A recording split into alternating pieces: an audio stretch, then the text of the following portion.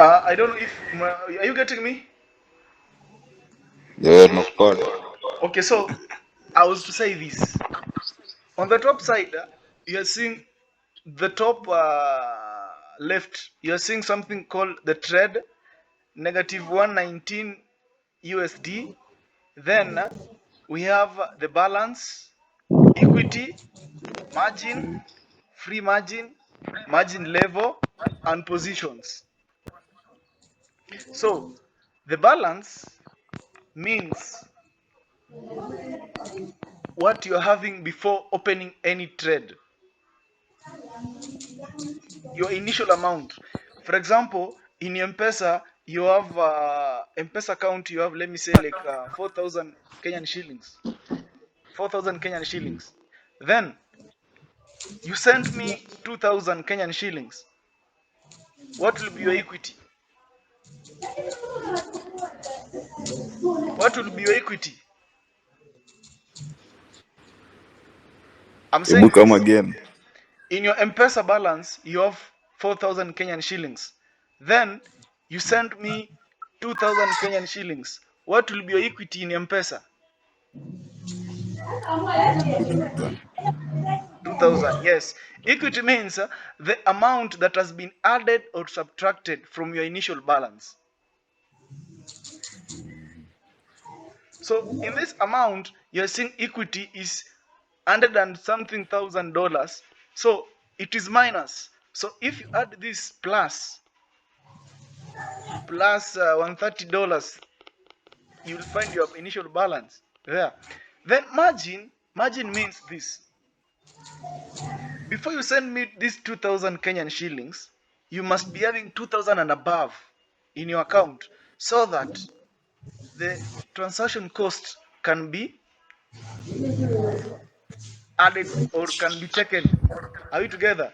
You must be having like 2,080 shillings for you to send me 2,000 Kenyan shillings to cater for transaction cost.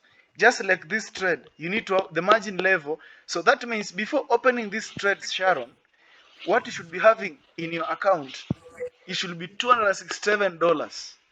So I'm asking yourself, can you able to raise $267 real account to open this trade like this? Can you raise Inawezekana. 267? You can't raise that amount. So even if you're doing dollar, I mean you're doing demo account, be realistic on what you're doing. You can't come here and open volatility 25 index with a margin of $4, then you want to make it to be that amount, and the margin is 267. So each trade, each quote has its own margin. So the volatile the market, the bigger the margin. Then here free margin means this. The number of trades that is needed for you to have the limit. Like this is the maximum number of trades that you need to open, $999,000. So you can open all of those positions, 990 positions, 999,000 positions, like that. Open as many of them. So the more the amount or the more the capital, the more the free margin. Are we together? So my question is, imagine having a $100 account. So what should you should be risking different, I mean certain amount that you are willing to lose. For example, if you have a $100 account, the amount that you should be risking, it should be, let me say, 5% of your capital.